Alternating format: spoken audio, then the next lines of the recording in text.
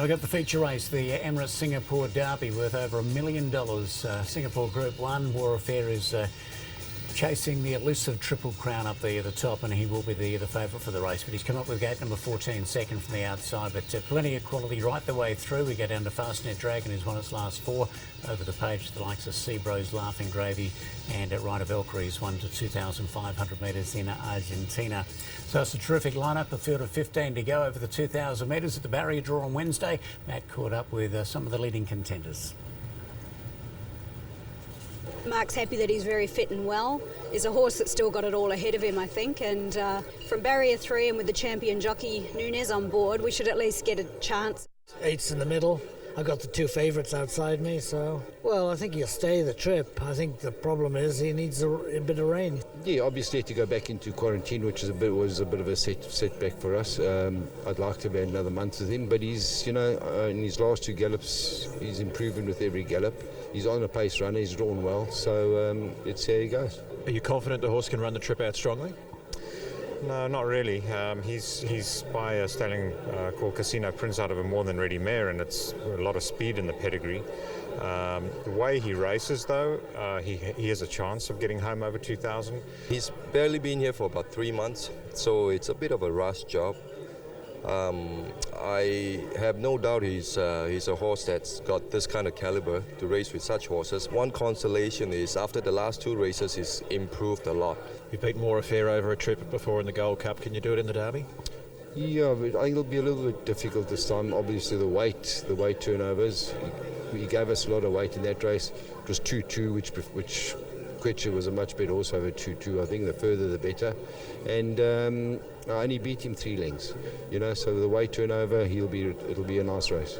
She's a multiple winner in Argentina over distance, as well as a Group 1 fillies race over 2,000 metres. So this will be the first time we're getting her up over her preferred distance in Singapore. That's fine. It'll be okay. It's a horse that naturally goes back, and he'll probably be 3 deep with a bit of cover, hopefully, and that'll be perfect.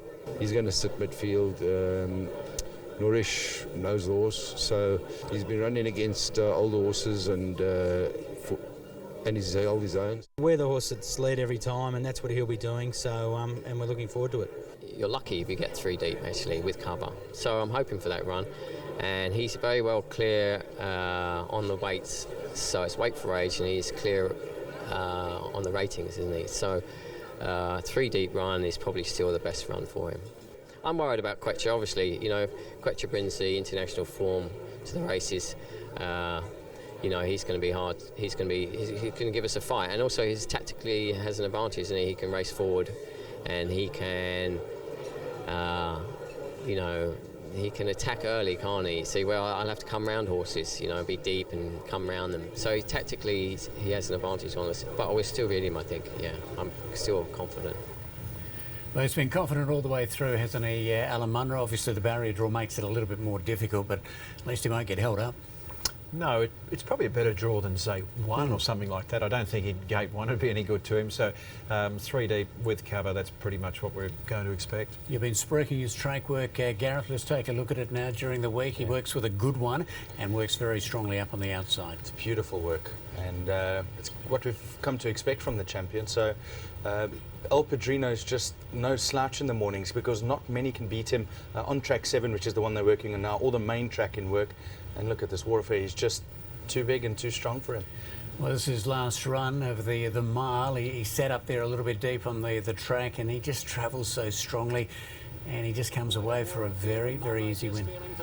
Well, we know he's been beaten at 2,200 metres, but even at the end of that, he was very strong. There's no reason to suggest he's not going to run out the 2,000 metres strongly, at least from my perspective. And he's just way too strong for them each time he meets them. He beat Keshwa. Keshwa's, we spoke to Corey Brown before this particular run, and he said after the International Cup that he was a little bit flat. So I think it was still a very good performance, and I'd expect him to improve for that. But War Affair has been set for the Derby the whole way, and this is his race to win. Well, this is Keshwa. He beat War Affair in the Cup, of course, but there was 8 kilos between them on that occasion. Yeah, so obviously weight's not in his favour, Craig, but this work on the turf is very good. And another thing that really caught my eye was Keshwa's trial last week. I thought of all the trials I've seen of his, although he had to get pushed out, it was the best by far. Yeah, he tried up strongly. Let's move on and have a look at Blue Swede. He'll be out the back, and Just hoping for a good, strong tempo on to show his best in this. Well, I think with Laughing Gravy and Order of the Sun and Cotado, there should be a nice enough speed. This particular race is on the short course, which maybe is not completely ideal, but at this stage of the race you're thinking, well, I mean, he can't even stay on the shot, but once he winds up, he shows that he's got class. He's always threatened, hasn't he? He threatened as a 3-year-old, he's now threatening as a 4-year-old. It's time for Blue Swede to stand up and put something on the board, and this is his race.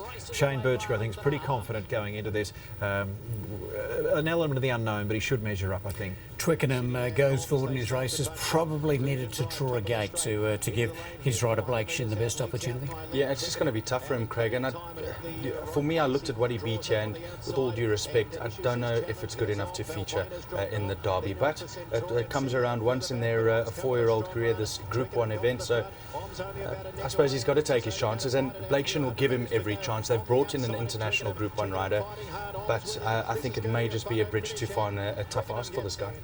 Okay, we're going to take a look at Fastnet Dragon. It's won its last 4. It's risen 20 ratings points in the space of those 4 runs. Who knows when it's going to end? I think winning's going to end on Sunday, but its career is just spiralling upwards. He's drawn gate number 1, Gareth. Yeah, Leslie was overjoyed by that. How many starts has he had for Leslie? Has he ever lost with under Leslie's guidance? I don't know. Because he wasn't with Leslie initially, but gee, he's flying at the moment, and he beats a few here, Craig, Ryder, Valkyries and Twickenham. Yeah, he does it easy. He's a lovely horse. It's just a matter of what he's going to do there on Sunday afternoon, getting to 2,000 metres. He's along with probably 6, 7, 8 horses in the race, a bit of an unknown factor. Yeah. He'll get every chance from the rider as well. Perfect draw for him. Yeah, I agree, Craig, that his winning run may come to an end, but he's really a lovely horse in the making. He's already a lovely horse, and this is a nice acid test for him. I think he'll do quite well. I thought one of the greatest unknowns for the race was the speed here. Laughing Gravy's the natural one. Order of the Sun, we assume, will go forward. You mentioned Coptado to go forward, but we really don't know. There is a possibility that Laughing Gravy just lobs in front and dictates. Yes, well, I guess that's that possibility, isn't there? This is his work anyway, Gareth. His work was good, and for me, the best work Laughing Gravy's put in since I've seen him here. So, very happy with his track work. And I spoke to Cliffy at the draw and to Cliff Brown, the trainer, and he said he'd be happy to lead with him, but I think he'll be under pressure from a couple of them. Well, he's going to lead, you would imagine, here, Laughing Gravy, and we've seen Titanium's a really nice horse, sat outside him virtually, and took a while to pick him up. He did. He showed a fair bit of courage, and ever since they've put him up over ground, I'm talking about 18 and, last 2 runs over 1,800 metres, he's been good. He was okay when he first came here, but we're seeing the best of him now. A huge win there 2 runs ago when he walked them, and then this time, I think he's had good runs in transit.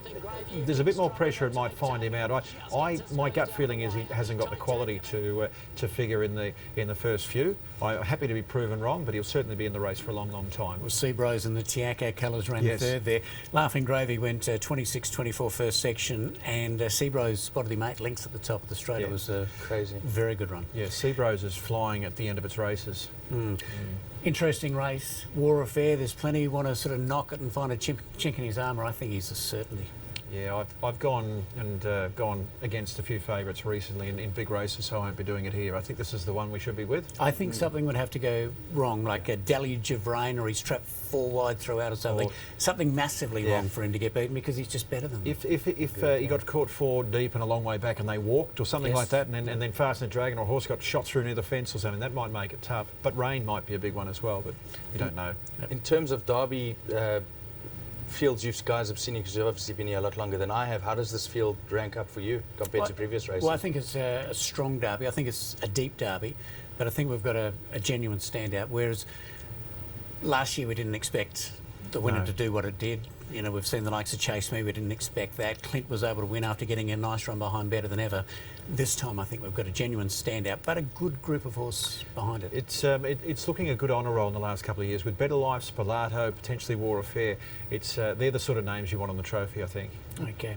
War Affair, I think we'll be on it this week. There'll be plenty who'll say that we're wrong and it'll get beat, but that's okay. Yeah, if you want to back against it, good luck to you. I wish you all the best. Seabrose to run second, Fastnet Dragon and Keshwa. I didn't know there was a group of people who are questioning. or listening to us. Oh, I don't know.